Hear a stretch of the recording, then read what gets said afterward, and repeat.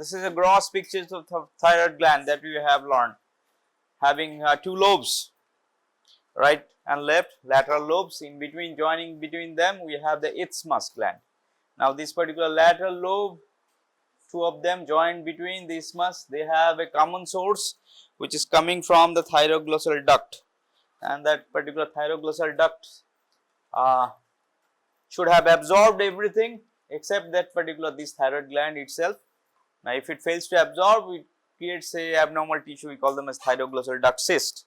Now, sometimes we see that the caudal portions of the thyroglossal duct may be present, creating an extra lobe, we call them as pyramidal lobe. So, beside the thyroid having two lateral lobes, may have an extra lobe which is a remnant of this particular thyroglossal duct. Other than this isthmus, which is a joining tissue, in between them this particular thyroid gland is placed, or two lateral lobes of the thyroid gland.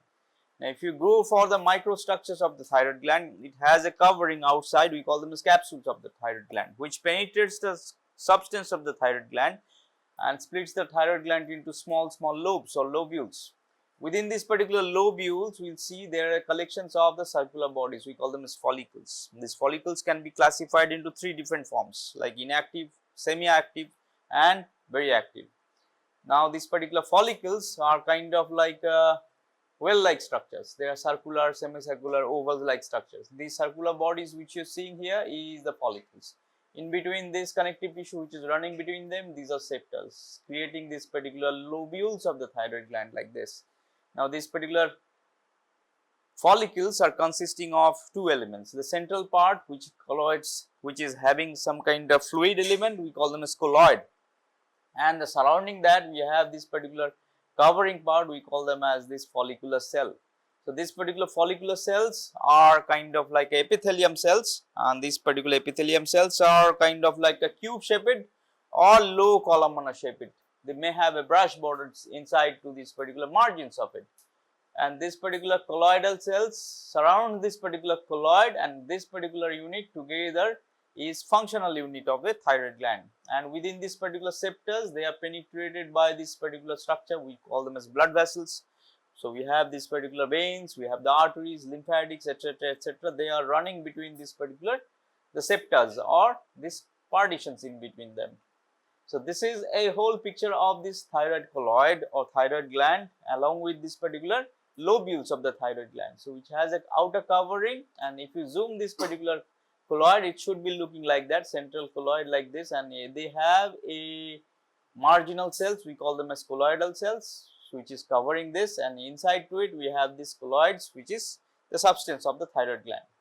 Now, outside this particular colloid, we might find aggregates of this particular blood, some kind of like cells there, which may be connected to this particular colloid cells or may be standing free. So, this particular cells which is present in between this particular thyroid follicles, they are known as parafollicular cells. Parafollicular cells, which we call them as parafollicular C-cells. Now, these parafollicular C-cells secretes a hormone, we call them as calcitonin, which is regulating the calcium balance. And this particular colloid along with the colloidal cells, they are responsible for the secretions of the T3 and T4, like those hormones, triiodothyronine, tetraiodothyronine. They are stimulated by the TSH, thyroid stimulating hormone, secreted from the anterior pituitary gland. And these are endocrine gland, which is having this particular network. So, kind of like a easy gland to identify, one of the easy slides if you are given to it to identify. So, this having a capsule splits into septas, which split this parenchyma into lobules. Within these lobules, we have the follicles, which contains this particular cells, we call them as follicular cells. Within them, we have the colloids, which is present to it, substance.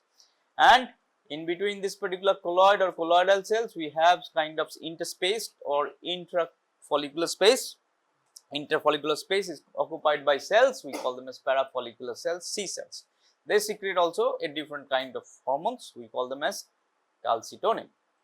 Now, this is about the schematic picture, and this is how it should be looking like. So, like a 10x zoom, it should be looking like these are the colloids, the circular bodies which have got like a filled with the colloids. Depending on how these particular colloids are filled, we can assess that how active this particular thyroid gland is, because that not all the thyroid follicles are performing the same actions at the same point of time. Some of them are sitting dormant, some of them are semi-active, some of them are very active. If these particular colloids are filled up with the fluid material, this particular thyroid gland is probably dormant, do not working there.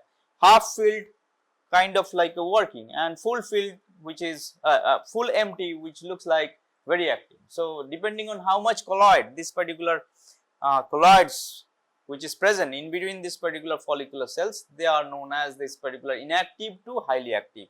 So, less colloid, which is highly active, that means it is kind of like a pounding, turns off like a T3, T4, and this is filled up with the colloid, is kind of sitting inactive. So, when the terms comes to it, it will be start functioning to it. It contains the iodine, which is essential component with it, along with this particular like a proteins which is holding this particular iodine which is placed into it, and the physiology part of these things I am not going to talk about. So, this is the gross thing about this particular thyroid gland that we have learned, starting from the development of the thyroid gland, starting from the tongue, which is known as the anterior 2/3, posterior 1/3 junction. We call them as foramen cecum. The cells migrates from that part, settle to this form of this particular trachea, splits into two lobes, and everything on this particular track from the tongue to this particular trachea should absorb. If fails to absorb, may create a cyst or a pyramidal lobe, depending on how it is there. Now, this particular thyroid gland is supplied by arteries. We call them as superior thyroid artery, inferior thyroid arteries. They are branches from this particular external carotid arteries, or they are coming from this particular thyroglossal duct, coming from the subclavian artery. Addition to it, superior inferior thyroid artery, we may have an additional artery, we call them as thyroid ema artery. Corresponding to the arteries, we have the veins, we call them as superior thyroid vein, inferior thyroid vein. The thyroid having got like a two types of capsule, true capsule and false capsule. True capsules is kind of like the outer sheath or pretracheal layer, or which is present at the fascial layer of the neck and the face region. We have the three fascial layer in the neck and the face region, investing layer, then we have this particular second layer, investing layer, outermost, then prevertebral layer, no, prevertebral is deeper, and then this one is pretracheal layer. So, three layers are there, this pretracheal layer forming this particular like outer covering or outer capsule of it.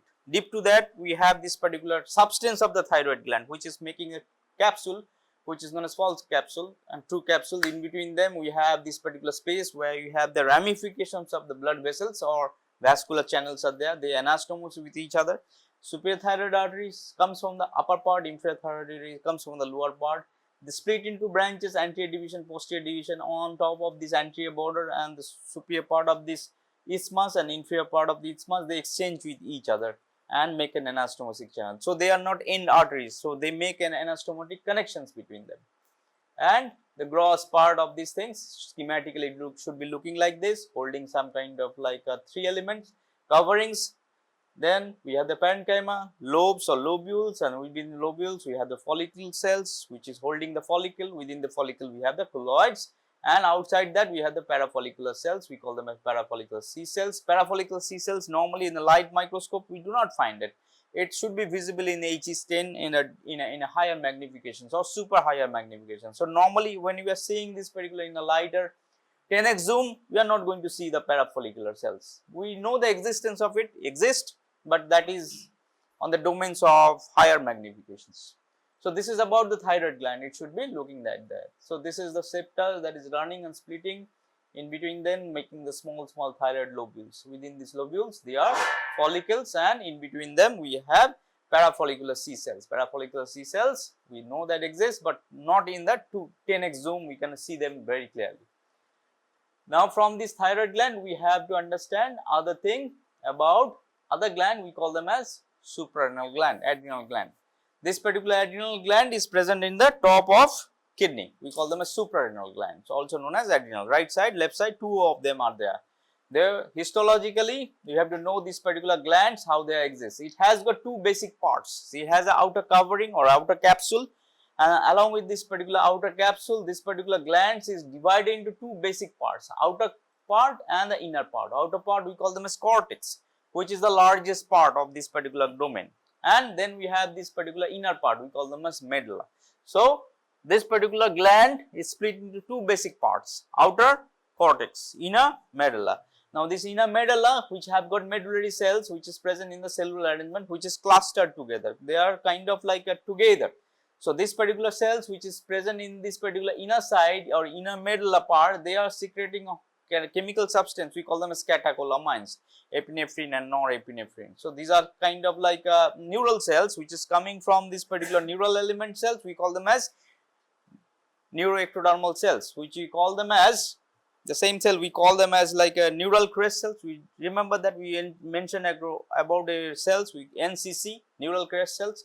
So, that neural crest cells form this particular skeleton in the facial region. So, same neural crest cells migrate to this particular organ and settle down in this particular gland and creates the medulla portions of the suprarenal gland. So, this particular medulla portion holds this particular cells or medullary cells which is secreting a chemical substance which is a neurotransmitter, of course, we call them as catecholamines. Catecholamines are of two types, adrenaline and epinephrine and norepinephrine, and they split into like sub chemical substances as well. So, this is the central part of this gland. Now, the larger part of this particular gland we call them as cortex.